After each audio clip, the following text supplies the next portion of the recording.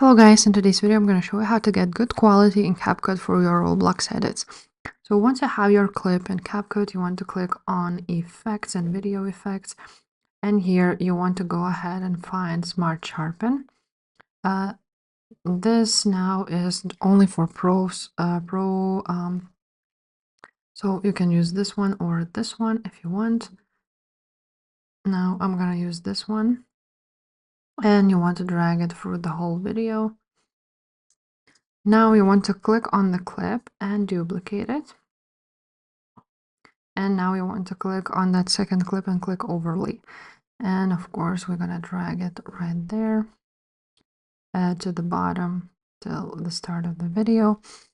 And now, once you've done that, you want to go ahead and click on that second clip and again choose a video effect Smart Sharpen.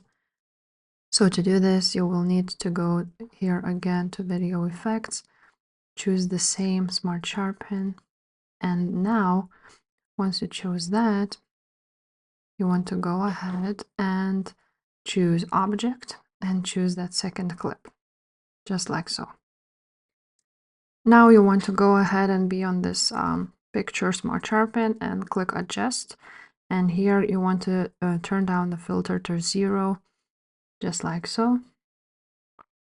And now you want to again click on the overlay clip.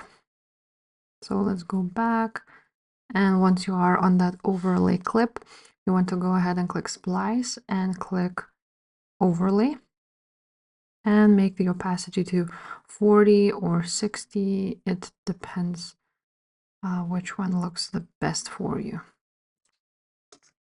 Now you want to go ahead and play with those Smart Sharpen effects, but basically that's how it will look like. If this video was helpful, please leave a like, subscribe to this channel, and I will see you next time. Bye.